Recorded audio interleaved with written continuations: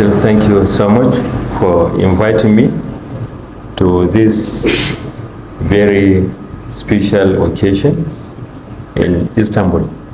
This is my first time in Istanbul, and the aura I have is just amazing.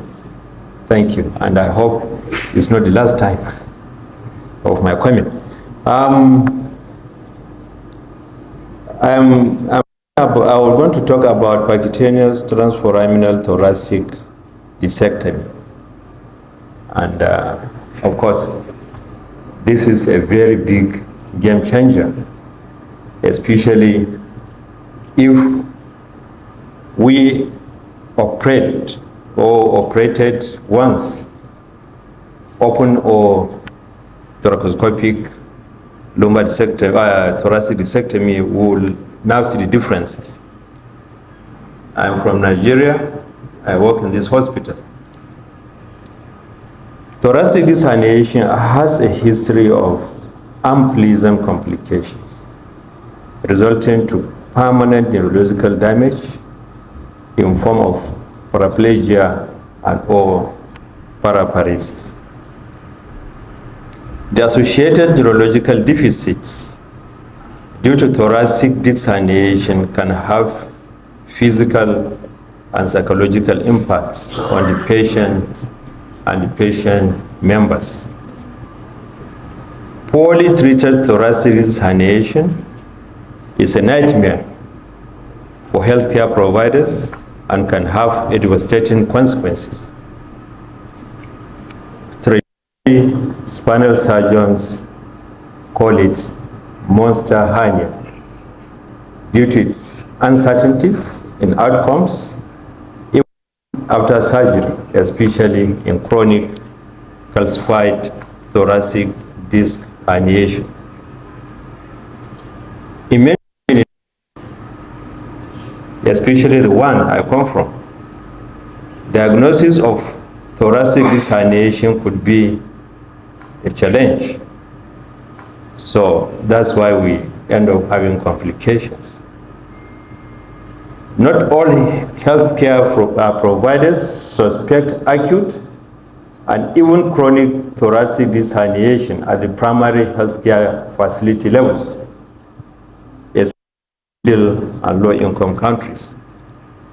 In addition, in some middle and low-income countries, tradition and cultures with mystical beliefs overtake the reality of modern medical practice. This, in association with poverty and illiteracy, make the diagnosis of thoracic disc herniation a serious challenge. Again, anatomical features of the thoracic canal, unforgiveness of slightest mishap to the thoracic spinal cord constitute a challenge to procedural manipulations. No cord retraction can be tolerated by thoracic spinal cord. Hence, posterior approach to the thoracic disc herniation can be a serious challenge. Traditionally, thoracic disc herniation were operated via thoracotomy, either transthoracic or extrapleural approaches, and or these approaches carry the risk of trauma to intrathoracic organs, including vascular and lymphatic drainages, thoracic muscular trauma, possibilities of ribs resections, possibilities of pneumothorax, atelectasis, operative pains, pain management including post-surgical intercostal chronic neuralgia, large incisions if you are going traditional, possibilities of blood loss, could require spinal instrumentations. And this is the anatomy. The average canal diameter of thoracic is about 12 to 14 millimeter. So we can imagine out of this 12 or 14 millimeter, you have a disc herniation of, say, even 7 millimeter, where the canal is surrounded by bony substances, called compressed.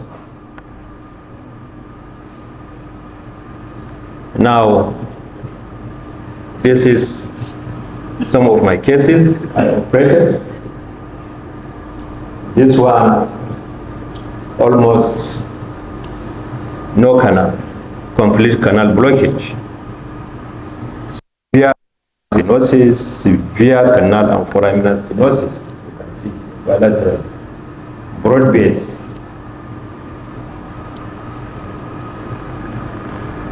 And these are the sagittal and myelogram. You can see the discs up migrated, D8, D9, and here we can see canalosis on the myelogram and severe myelopathy. In addition, with hypertrophy of ligamentum flavum. So by all direction, the spinal cord was compressed. You can see the fragment here, and also you can see it there. Now, thoracic disc surgery is not like lumbar cervical surgery. Sometime, not even sometime, almost always, you have to be 100% accurate, not miss the level. So the marking is most important, not even the surgery. Here, we have to put different markers to be sure we operated on the right level. So defining the level is very critical. When you define the level, the needle placement is also very vital. And then how to rim a little bit. This morning we had a lecture from Dr. Al-Mursi, and of course this is a good principle which I always adopt. It's not about the incision, but the decision. And when I'm doing thoracic herniation, I practice on the model first to make my decision, not just the incision. And here you can see how I was making my decision on the model before going on to OR.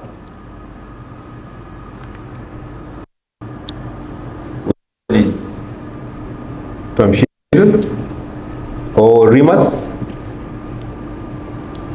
to the inferior articular process and the superior articular process, and the process of gentle rimming follows. In thoracic disc herniation, there is no aggressiveness. In fact, all neurosurgery, no aggressiveness. This one, you have to be extra, super, extra careful, because thorax doesn't forgive. Before that one, this is how we take our measurements. The lower the thoracic level, the higher the measurement. The upper the thoracic level, the more the measurement is. In this case, we were going about 7 centimeters. You can see here from the radiography. And then water management is also very crucial. If you have excess fluid pressure, you end up again damaging the cord by cord water.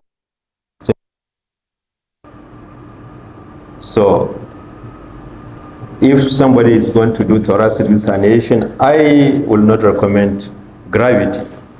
You have to have your water management system. It's a pump that you can regulate the pressure, not to cause damage. Here I will show a video.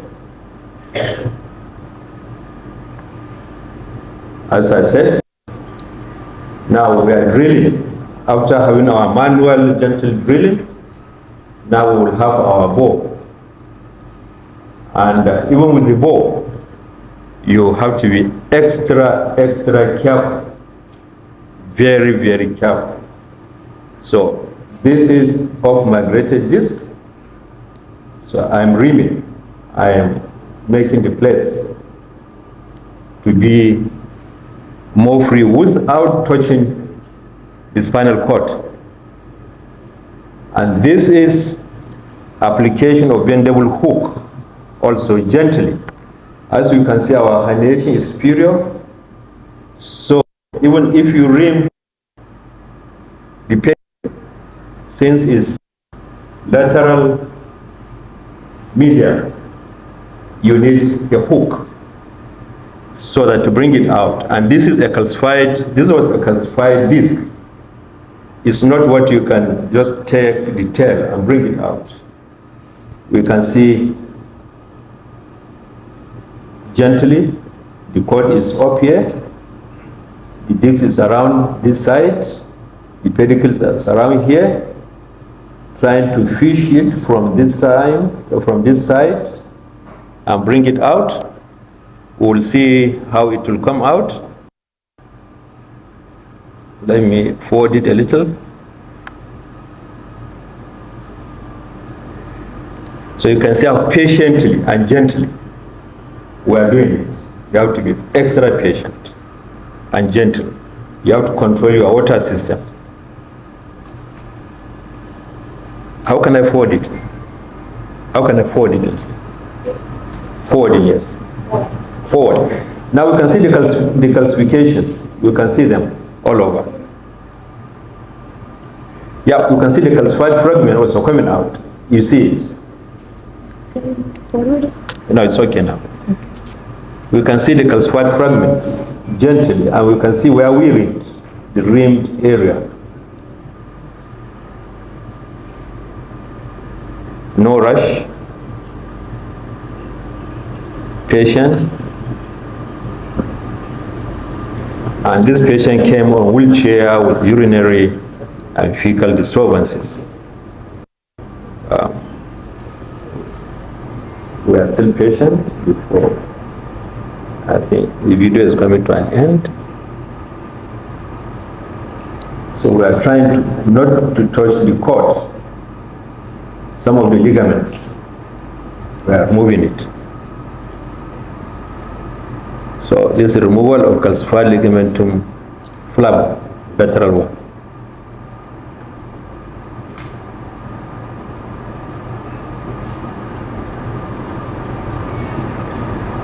Now we are grasping it to bring it, and still it's hard, it's calcified.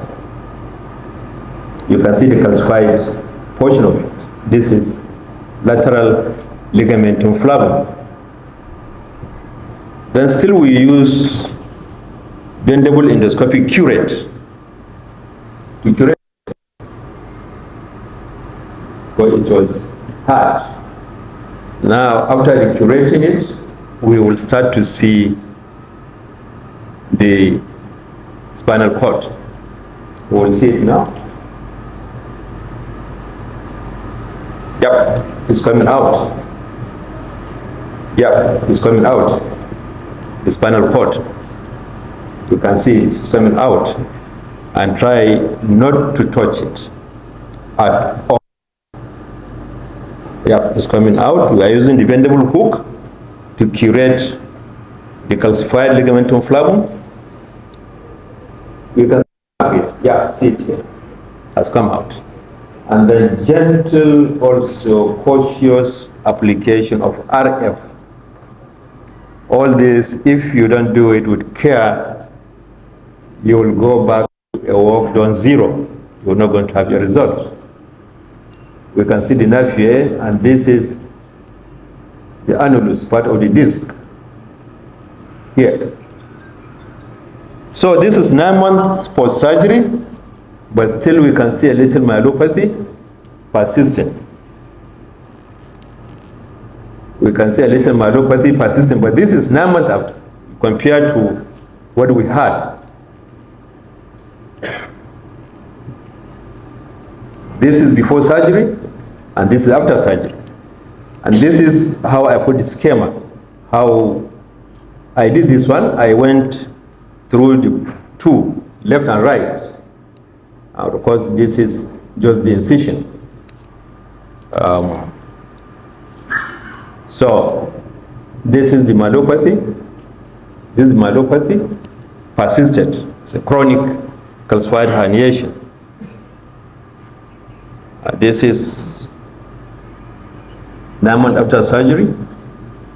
You can see here, 9 months after surgery, still we have a little myelopathy. And we did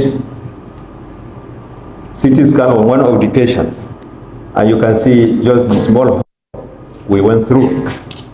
These are the ribs. And then about 400 kilometers from my city, out of curiosity, we visited him to see how he's doing. He came on wheelchair, but now you can see the happiness in his face. He was so happy. He can move, he can control. Some incontinent, from sadness to a happier person. Other challenges I had with thoracic herniation. One, they always come chronic, calcified from my practice because of challenges. So I used to have a broad-based calcified herniation without hypertrophied ligamentum flavum. And this one, I was doing bilateral approach, like the way I saw on the schema. We had a case unilateral calcified herniation with hypertrophied ligamentum flavum. So that one, we need unilateral approach with interlaminar endoscopic approach for canal decompression. And we had broad-based calcified herniation with hypertrophied ligamentum flavum. We did bilateral approach with endoscopic, bilateral transforaminal approach with endoscopic interlaminar approach for canal decompression. Like this. Oh my God. Yeah, like this. A broad base. So we decompress from here, we decompress from here, and also we go interlaminar, like this. So we have transforaminar and interlaminar to remove the calcified ligamentum flavum. Like this one we can see, hypertrophied calcified ligamentum flavum. This is again the schema. So truly, endoscopic spinal surgery is the future. You can just imagine those years when this was not there, how this patient will have thoracotomy and how maybe still he will be living in misery. So the future is here. Minimal trauma to the tissue, minimal blood loss, minimal post-operative pains. Most of these patients we operated with thoracic disc herniation, we did it under local anesthesia. Operated in the morning, of course, because they come chronic, they stay with us 24, 48 hours, and we discharge them. no pain, no medications, especially in an environment where poverty. So just give them the routine little medications and they are done. No soft tissue or at all. No need for instrumentations. The only bony destruction I have seen in the CT scan I showed you, a small hole. Otherwise, nothing. So in conclusion, the future of thoracic disc herniation is tranforaminal endoscopic for soft and calcified herniation. If there is ligamentum flavum hypertrophy, calcified, of course, you also do interlaminar. But it needs proper surgical planning because anatomy of the thoracic disc and the foramen are different from lumbar. Also, detailed diagnosis should be obtained in preventing devastating complications. Thank you all, and thank God for His mercy, for humanity to innovate endoscopy.